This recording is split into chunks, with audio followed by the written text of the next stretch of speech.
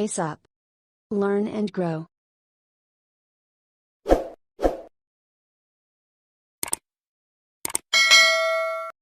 Welcome to our channel pace up.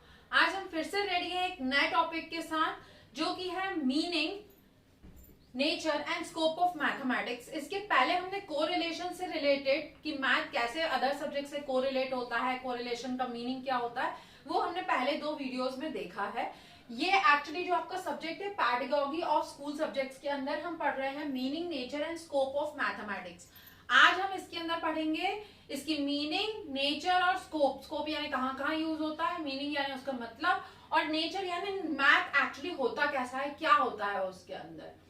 तो topic start करने के पहले अगर आपने चैनल को सब्सक्राइब नहीं किया तो सब्सक्राइब कर लें, बिकॉज जो ऑलरेडी एग्जिस्टिंग वीडियोस हैं आपके पैडागॉजी से रिलेटेड, आपके बहुत सारे माइक्रो टीचिंग से रिलेटेड, वो आपको हेल्प करेंगे आपके स्टडीज के लिए, आपके एग्जाम्स के लिए, और आगे आने वाली वीडियोस भी आपको हेल्प करेंगे आपके मैथमेटिक्स इंप्रूव करने के लिए। बिकॉज अभी कंटिन्यूस आपकी मैथमेटिक्स के थ्योरी की सीरीज चलेगी और फिर हम क्वेश्चंस भी करेंगे जो आपके एग्जाम्स में आते हैं।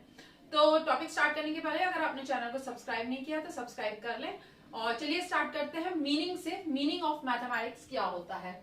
मैथमेटिक्स एक मैनमेड सब्जेक्ट है, ये कहीं से आया नहीं है, कहीं से पहले से एग्जिस्टिंग नहीं था। तो क्या है ये मैनमेड सब्जेक्ट है। At the beginning, human being use fingers, foods, etc. for the measurement of the length. आपने भी बचपन में कभी ना कभी हाथ से नापा होगा या फिंगर से कोई चीज नापी होगी, या फूट आगे पीछे रख के स्टेप से नापा होगा या हैंड स्पेन जो होता है उससे भी नापते थे। अब it is use in day to day life. हर जगह हर मिनट पे हमें मैथ की जरूरत पड़ती है, कहीं ना कहीं किसी ना किसी कैलकुलेशन के लिए। नॉर्मल अगर आप एक खाना बनाने में बैठ रहे हैं तो आपको कितना नमक डालना है, कितनी शक्कर डालनी है, उसका भी एक मेजरमेंट होता है। ज्यादा हो जाएगा तो खारा हो जाएगा, कम हो जाएगा तो स्वाद नहीं आएगा। In Sanskrit it is called as gana to measure the count. गण मतलब गणना करना, गिनना कोई चीज को, तो मतलब होता है उसका काउंट करना।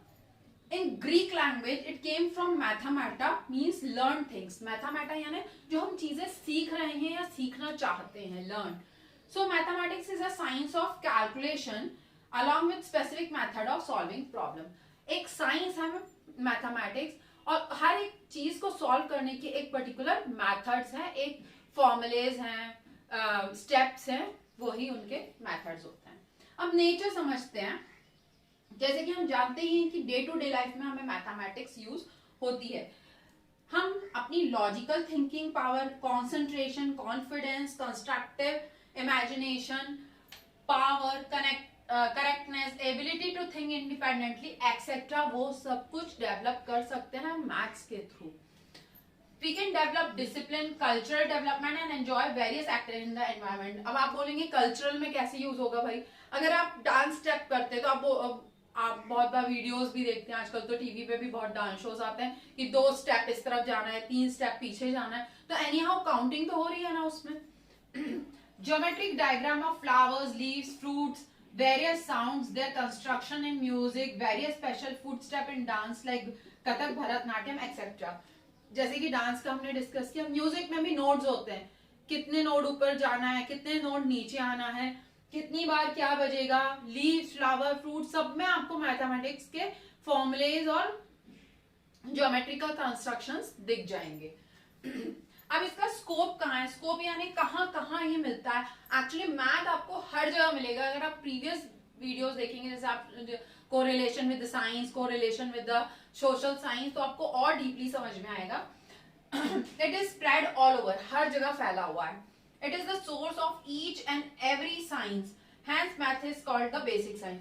हर एक साइंस से रिलेट करता है ये, इसलिए इसको बेसिक साइंस कहा गया है।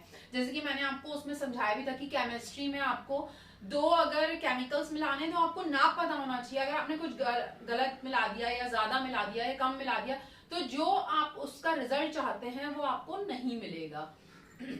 It is use in modern technology like computer system. Of course computer system में भी मैथमेटिक्स का ही गेम है, बिकॉज कंप्यूटर जो लैंग्वेज समझता है वो बाइनरी लैंग्वेज होती है, जो कि 0 और 1 के फॉर्म में ही है। Physics, chemistry, astrology, architecture and modern science etcetera सब में मैथमेटिक्स यूज होता है। इनकी डिटेलिंग जो है वो आपको प्रीवियस 2 वीडियोस में मिल जाएंगी। तो इस तरीके से हमने समझा मीनिंग, नेचर और स्कोप को। नेचर तो होपफुली आपको समझ में आ गया होगा कि उससे आपके अंदर में क्या क्या चेंज आएंगे जब आप ये चीजें सीखेंगे।